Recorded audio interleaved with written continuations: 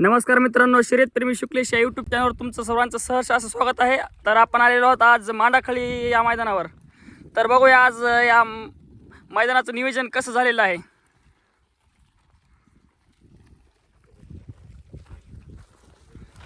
बघा मित्रांनो, एकदम फाटी एकदम अशी सुटसुटीत आणि एकदम मस्त झालेली आहे.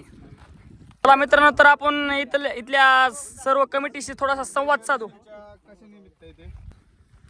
नमस्कार मित्रांनो, तर आपण सर्व आयोजकाशी एकदा संवाद साधू. नमस्कार. काय नाव आपलं? तर चला मित्रांनो, आज आपल्या समोर मांडाखळी या मैदानातील सर्व आयोजक कमिटी आलेले आहेत. तर त्यांची थोडासा संवाद साधू आणि मैदानाचं नियोजन वगैरे कसं झालेलं आहे ते सर्व पाहून. आपले आजचं नियोजन तर आता फट्ट्या हे ग्राउंड टोटल मैदान क्लिअर झालेलं आहे. फट्ट्या तुम्ही पाहू शकता. पट्ट्या हे सर्व 12 फुटाच्या अंतरमध्ये सोडलेले आहे. आणि उद्या 1 मार्च 2026 रोजी वार रविवार मैदान सकाळी 9 वाजच्या दरम्यान चालू होईल. नेमकं मैदान कशा निमित्त ठेवलेलं आहे? हे महाशिवरात्री यात्रेनिमित्त व शिवजयंतीनिमित्त मैदान ठेवलेलं आहे. तर आजच्या मैदानाचं नेमकं बक्षीस वितरण कसं आहे? आपल्या मैदानाचं पहिलं बक्षीस आहे 71,000, दुसरं बक्षीस आहे 51,000, तिसरं बक्षीस आहे 31,000, चौथं बक्षीस आहे 21,000, पाचवं बक्षीस 11,000, सहावे बक्षीस 7,000, सहावे बक्षीस 7,000, सातवे बक्षीस 5,000 आणि आठवे बक्षीस 3,000 असे 8 बक्षीस आपण ठेवलेले आहेत. नेमकं म्हणजे असं आता गट आणि सेमी वगैरे कसे पळणार आहेत? आपण गट गटाला आता 10 गाड्यांना आपण गट सोडणार. 10 मधून 2 गाड्या आपण सेमी फायनलला घेणार. सेमीला पण तसंच आणि गटाला पण तसंच. तसं सेम.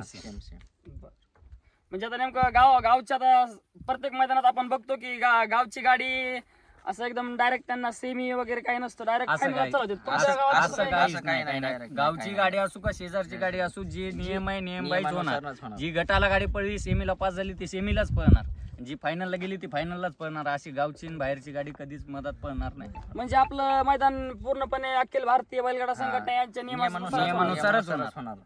यामध्ये म्हणजे काहीच बदल नाही होणार. काहीच नाही. पहिल्या वर्षी पण आम्ही त्यांच्या नियमानुसारच घेतलं नाही, दुसरं वर्ष हे पण त्यांच्या नियमानुसारच होणार. म्हणजे आपलं मैदान नेमकं असं म्हणजे गोरगरिबावर वगैरे अन्याय असं काहीच होणार नाही. काहीच नाही. सगळं आणि आपला पंचायतचा याचा निकाल पाहून योग्य निकाल देण्यात येणार. आणि आपला पल्ला हा पूर्ण 1,000 फुटाचा असेल. 1,000 आणि मधलं अंतर हे 14 फुटाचं पाठीचं मधलं अंतर आहे. रान कशा स्वरूपाचे? रान काळीचं आहे. काळवट आहे. हा काळवटीचं रोलिंग केलेलं आहे. रोलिंग केलेलं. रोलिंग केलेलं आहे. ऑनलाईन नोंदणी गाडा मालकांनी करून घ्यावी, आम्हाला सहकार्य करावे. किती वाजेपर्यंत ऑनलाईन? ऑनलाईन नोंदणी आज रात्री 8 वाजेपर्यंत करून घ्यावी. 8 वाजे. म्हणजे उद्या मैदानात ऑनलाईन म्हणजे अशी नोंदणी होणार पण ऑनलाईन आज संध्याकाळी 8 पर्यंतच होणार. मग बाकीची उद्या सकाळी आल्यानंतर होणार. म्हणजे लॉट मैदान भरल्याच्या नंतरच सुरू. लॉट सकाळी 8 वाजता चालू होतील. जेवढी ऑनलाईन नोंदणी आली समजा तेवढी लॉट काही पाडू. बरं, या ठिकाणी आपण बघतो प्रत्येक मैदानात बघतो समोर वगैरे असे नाला वगैरे असतात किंवा असं धोकादायक असं नाला वगैरे काय आहे का समोर? नाही. हा जे माळ आहे का याच्या विहीर नाही, बोर नाही, झाड नाही, झुडूप नाही. तुम्ही पाहू शकता. फक्त अख्ख्या मैदानात एक फक्त सावलीसाठी ते पण साईडला झाड आहे, मधात काहीच नाही, विहीर नाही, काही नाही. पूर्ण 500 एकरचा पूर्ण सपाट पण विहीर नाही, काहीच नाही. इथं कसल्याही प्रकारचा ओढा नाही, नाला नाही, तार नाही, काही नाही. पाहू शकता तुम्ही. बरं आतापर्यंत नोंदणी किती गाडी झाली आहे? 20 गाड्याची नोंदणी 20 गाड्याची नोंदणी झाली आतापर्यंत. बरं, किती आणखीन किती गाड्याची नोंदणी होऊ शकते इथं? गाड्या जवळपास 200-250 टोटल 250-300 गाडी येईल. गेल्या वर्षी 200 आलती तर या वर्षी जास्त. बरं, आता नेमकं सुट्टीला पट्टी वगैरे काही आहे का? हा सुट्टीला पट्टी आहे. कॅमेरा. साईडनं ब्रॅकेट वगैरे? ब्रॅकेट आहे दोन्ही साईडनं. पूर्णपणे ब्रॅकेट आहे का? नाही 400 फूट ह्या साईडनं ब्रॅकेट राहणार, 400 फूट या या side ला. बघू शकता मित्रांनो, एकदम अशी मैदानाची एकदम सुटसुटीत आणि पूर्णपणे ह्या कडे त्या कडेला एकदम ब्रॅकेट आहे. म्हणजे बघायला येणाऱ्या सर्व बैलगाडा प्रेमींना असं कुठलाच धोकादायक असा प्रसंग काही होणार नाही. त्याच्यापेक्षा धावणाऱ्या बैलांना पण अडचण होणार नाही. ॲम्ब्युलन्स सांगितलेली आहे. बरं, आता इथं नेमकं आता बैलाला बघता आपण बैलाला वगैरे हानी वगैरे होते त्यासाठी असं पशुवैद्यकीय दवाखान्याला किंवा संपर्क साधलाय का तुम्ही? साधला हा, चालेल. आपण पशुवैद्यकीय अधिकारी जी टीम त्यांची आहे, आरोग्य विभागाची टीम आहे, सोबत आपले एक ॲम्ब्युलन्स असणार आहे आणि पाण्याचे 2 टँकर सुट्टेला एक आणि निकालाला एक पाण्याचे असे 2 टँकर आहेत आणि जे गाडा समजा पाहायला प्रेक्षक येणार आहे त्यासाठी जारचं पाणी आपण फ्री ठेवलेलं आहे. बरं. हा.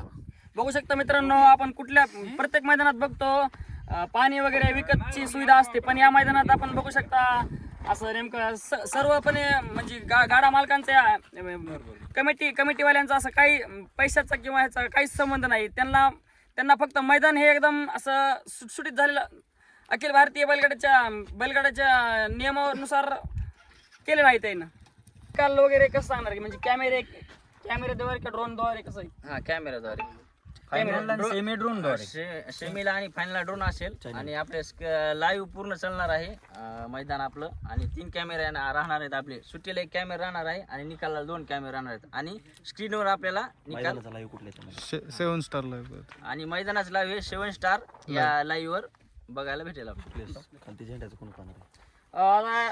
नेमकं झेंडा कोण टाकणार आहे? झेंडा पंच कोण आहे तिथं? झेंडा पंच आता ते अनंत बापू ढवळे ते गेल्या वर्षी होते तेच या वर्षी समालोचक. आपल्या इथं येणार आणि समालोचक ऋषीभाया सुरनर आणि महादेव मुजमुले हे असणार आहे. आता नेमकं तुम्ही गाडा मालकाला काय आवाहन कराल?